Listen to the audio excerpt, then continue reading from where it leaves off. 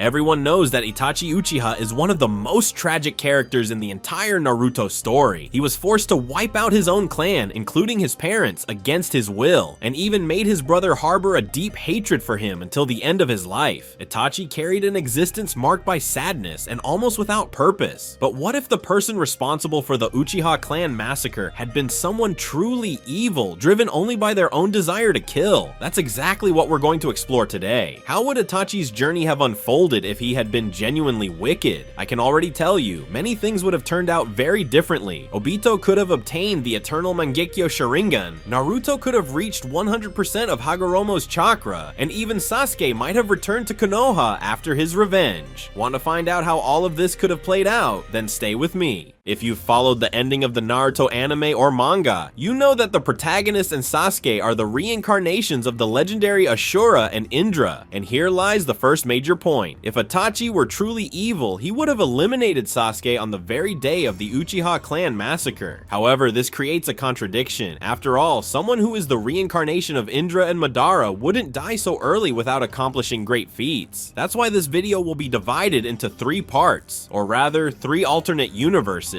In the first version, Itachi eliminates Sasuke along with the entire clan. In the second, Sasuke survives but ends up being killed by his brother during their battle in Naruto Shippuden. In the third variation, Itachi dies at Sasuke's hands in their second encounter. In the first scenario, Sasuke is wiped out along with the entire Uchiha clan. Itachi does this not out of hatred, but to test his own destructive power and remove any obstacles that could interfere with his goals. With Obito's help, the massacre is successfully completed. Upon joining the Akatsuki, Itachi begins to support Pain's plan to capture all the Bijou, aiming for world domination. Years later, a major change occurs compared to the original timeline of the anime. In Naruto, Itachi goes to Konoha after the death of the third Hokage to warn the village about the Akatsuki's actions and to keep Danzo away from Sasuke. But in this universe, the situation is different. Itachi and Kisame enter Konoha with a single goal: to capture Naruto Uzumaki, the Jinchuriki of the Nine Tails. Inside the village, the duo is confronted by Asuma, Kurenai, and Kakashi. Although they manage to defeat and eliminate the trio, their plan is thwarted when Might Guy appears, preventing them from fully completing their mission. Moments later, upon encountering Naruto, the criminals also come face to face with Jiraiya. A direct fight doesn't occur, since Itachi knows very well the destructive power of the sage. Just like in the anime, they're forced to retreat to escape the Toad Stomach Prison Jutsu, managing to survive only thanks to Itachi's Amaterasu. Fast forwarding a few years into Naruto Shippuden, Itachi and Kisame would have captured other Bijou. After Nagato's death and Konan's redemption, only Tobi, Zetsu, Deidara, Kisame, and Itachi would remain in the Akatsuki, as Team Taka would never have been formed. At this point, Itachi, who already knew the secrets of the Eternal Mangekyo Sharingan, would discover that Tobi had murdered Konan to obtain Nagato's Rinnegan, leading him to grow suspicious of the organization's leader. Moreover, Tobi, now revealed as the true Madara Uchiha, needed to eliminate Itachi to ensure the continuation of his Moon's Eye plan. Their relationship would shift from one of trust to one marked by distrust, ultimately culminating in a deadly battle. Tobi sought to get rid of Itachi, fully aware of his power and unwilling to deal with him later. Itachi, on the other hand, fought to defeat Tobi, aiming to take his Sharingan and achieve the Eternal Mangekyo Sharingan, thus avoiding blindness. However, the battle would end with Tobi emerging victorious. In addition, Itachi was gravely ill, while Obito possessed his enhanced Kamui and one of Nagato's Rinnegan, which in reality belonged to Madara, making him even more dangerous. After the battle, Tobi could even transplant Itachi's eyes into himself, obtaining the Eternal Mangekyo Sharingan, even though Obito wasn't yet losing his vision thanks to the Hashirama cells in his body, which healed him instantly.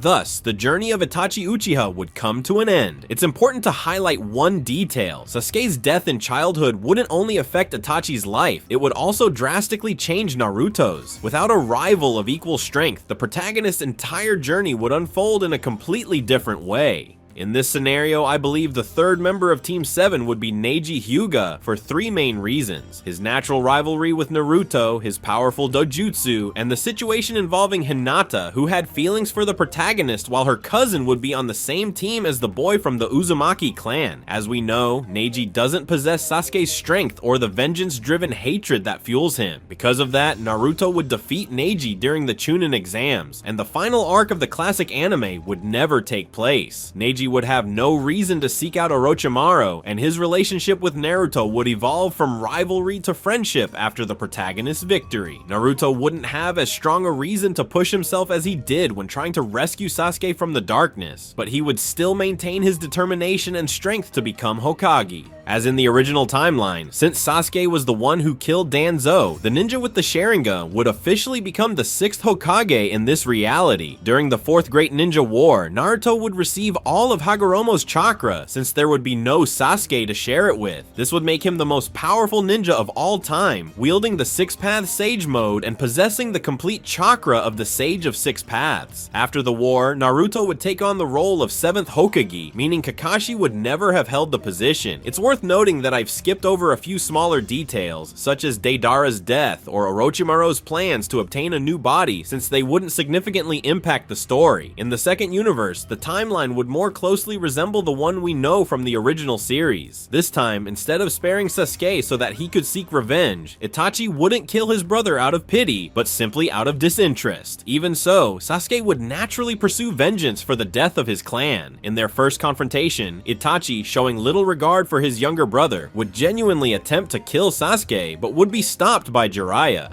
In Naruto Shippuden, Sasuke would train under Orochimaru with a single goal in mind: revenge. Eventually, the two brothers would meet for the second time, marking a pivotal moment in the story. This time, Sasuke would be considerably stronger. Even so, Itachi would remain superior and manage to defeat his younger brother. After the battle, Itachi would transplant Sasuke's eyes into himself, finally achieving the eternal Mangekyo Sharingan that fans had long awaited. However, the fate of the first universe would repeat itself here. Even with the eternal Mangekyo, Itachi would end up dying at Tobi's hands. In the third universe, the scenario would change completely. Itachi would be defeated by Sasuke, setting off a chain of different events in the story. Up until the moment of their battle, everything would unfold the same as in Universe 2, but this time, the young Uchiha would manage to surpass his brother in one of the most epic fights in the entire series. After his victory, Sasuke would hear the truth about his life and his clan from Tobi, but in this timeline, there would be no secrets left to reveal.